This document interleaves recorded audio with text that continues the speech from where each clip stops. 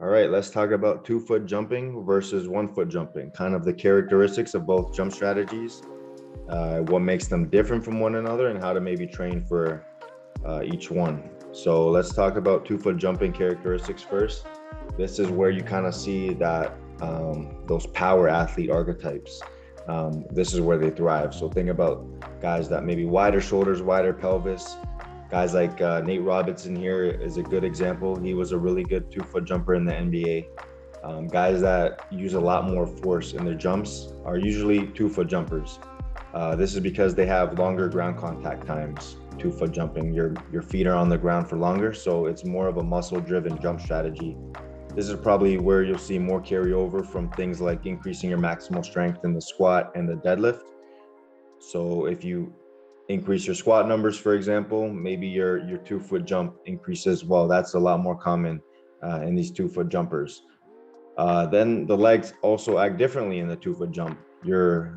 Whether you're a right left or a left right jumper, there's a leg that hits the ground first and plants, and then another leg that hits the ground second and plants. That's on the ground for a lot longer. So that plant leg is the first one that goes down, longer ground contact time, and it's the main force producer in a 2 foot jump compared to that block foot where it's a shorter ground contact time and it's the primary decelerator in the 2 foot jump. It helps transition your horizontal momentum to vertical height. So it stops you a little bit from keep still going horizontally when you're approaching a 2 foot jump. And these 2 foot jumps are more patellar tendon dominant. So there's a little bit of more of a knee, there's more knee flexion going into a 2 foot jump than there is a 1 foot jump in comparison. So this would be a little bit more patellar tendon dominant. 1 foot jumping characteristics. So this is where we see that elastic athlete starting to thrive, is in that 1 foot jump. So think about your more slender, slimmer type of guys. Zach LaVine, one of the best, if not the best, 1 foot jumper in the NBA. This is a high jumper. High jump is obviously a sport done off 1 foot.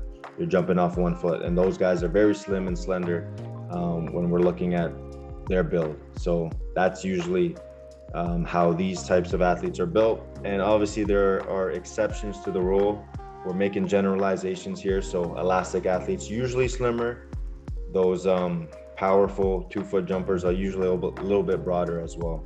That's not to say an elastic athlete can't be an amazing 2 foot jumper. Usually they actually are too. So these jumps have a shorter ground contact time. So it's more of a tendon driven jump strategy, specifically Achilles tendon.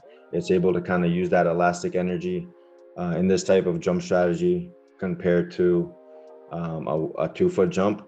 And this is where you'll see more carryover from increasing your elasticity. So plyometrics with shorter ground contact times and sprinting speed. If you see improvements in those areas, it'll probably generally improve your 1 foot jumping ability as well. Probably your 2 foot jumping as well, but more so we expect to see that in the 1 foot jumping.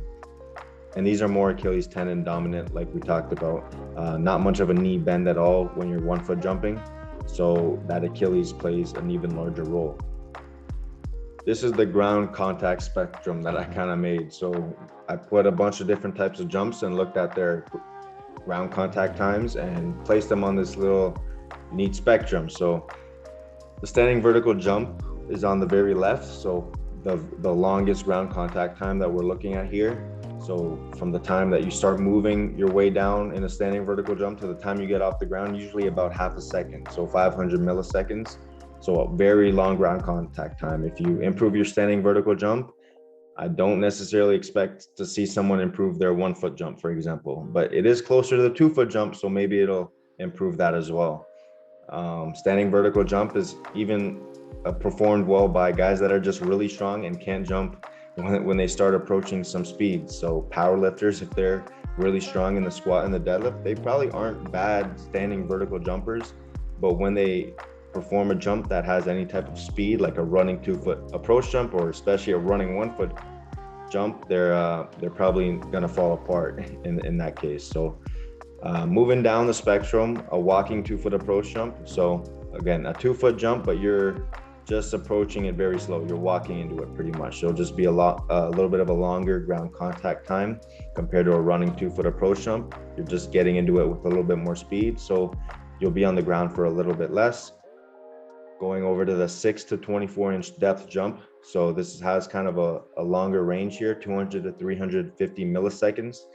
A shorter box that you're stepping off of for the depth jump will elicit a shorter ground contact time. So a 6-inch depth jump, a depth jump off 6-inch box would probably be closer to like 200 milliseconds if you're really focusing on popping off the ground fast and using your ankles instead of kind of your knees and getting into a large knee flexion in that case, where if you're using a 24-inch box, you're probably stepping off the box and just inherently getting into a deeper knee flexion because it's the higher box and that will be a longer ground contact. So probably 350 milliseconds. Running 1 foot jump, again, getting really fast now with the ground contact. It's about 200 milliseconds. So pretty damn fast. Going into the pogo jumps, just those ankle dominant hops where you're popping off the ground really fast, minimal knee bend, about 130, 170 milliseconds for those.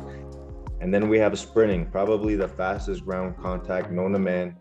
Elite sprinters probably get around 100 milliseconds of ground contact. So when that foot hits the ground to when it pops off the ground for the next stride, about 100 milliseconds. So you're all the way down this ground contact spectrum. So you're training your elasticity and your speed and your ability to get off the ground really quick as best as you can if you're sprinting. So we touched on some of this stuff before, but training for either jump, we'll start with the 2 foot jump. A big focus should be just getting stronger and more powerful. So increasing your squat 1 rep max or your overall quadricep strength, since it's more patellar tendon dominant.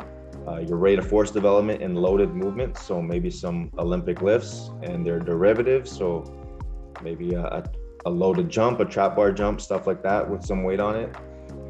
And these have moderate to long ground contact time. So 300 milliseconds or more is what you're probably going to be engaging in when you're training for 2 foot jumping.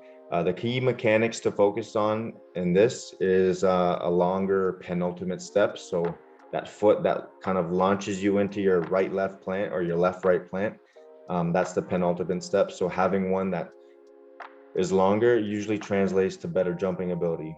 Again, there are exceptions to the rule, but generally it does help to have a longer penultimate step and getting low into the jump. So some people, again, exceptions, they get a little bit of a lift, almost like a little bit of a hop into their jump, and that helps them jump higher. But generally, people are going to want to approach that jump in that right-left or left-right plant pretty low. They don't want to get higher when they start to plant their feet. So getting low into the jump. Knee dominant plyos are probably the types of plyos you'll be using a lot in training. So accumulating a lot of elastic ground contacts will help build the structure of the patellar tendon. And things like upright torso jumping, so making sure you're not leaning forward too much and letting your hips shoot back. That'll help use the patellar tendon a lot more. Things like backwards runs or backwards skips will help use the patellar tendon a little bit more. And the knee and knee dominant hops and bounds. So hopping where you're letting yourself sink into that knee a little bit, getting a little bit of more knee flexion, and bounds that are doing that will also be a little bit more knee dominant as well. And in terms of peaking your jumping ability, it'll probably be after 7 to 10 days of removal from strength training. So when some people, they jump their highest right when they hit a heavy squat session, but most people don't. So maybe a week after you stop squatting and all this strength training, will you see a lot of improvement in your jumping ability. That's how you kind of peak your ability to jump, is when you start removing those types of things that are just generating excess fatigue that of course help you jump higher, but can inhibit you in the shorter term. So training for 1 foot jumping, this is where you want to just get faster and more elastic. So do your sprints, increasing your sprint speed, exercises with shorter ground contact time. So focusing on not bending at the knee too much and just popping off the ground as fast as you can. Things that will take under 300 milliseconds. So focusing on those. Key mechanics here are knee stiffness. So we touched on this quite a few times, is not getting into a very deep knee bend when you're running up into that 1 foot jump, and being able to yield under high speeds is going to be crucial here. And working on the arm swing. So mostly the timing of the arm swing and using your arms or just one arm if you're going up with one, to help contribute to the upward momentum of your jump. You're going to be using more Achilles dominant plyos now, so building structure in that Achilles tendon and accumulating a lot of volume in that Achilles is going to help a lot. So things, what we talked about again, jumping with small knee flexion. You don't want to be bending the knee too much, more of an ankle dominant jump. Tempo or sub-maximal running is one of the best ways to accumulate that volume in the Achilles. And Achilles dominant hops and bounds. So things that are pogo jumps are great for hops, bounds, just making sure you're not sinking into that knee and popping off the ground fast. For 1 foot jumping, you possibly need a further removal from strength training because it is further down the ground contact spectrum and the force velocity curve.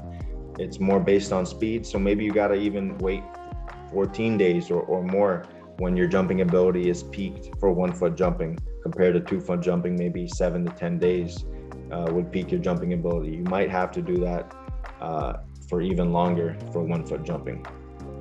But that's all I have for you guys today. So let me know if you have any questions. I hope you enjoyed. I'll see you in the next one.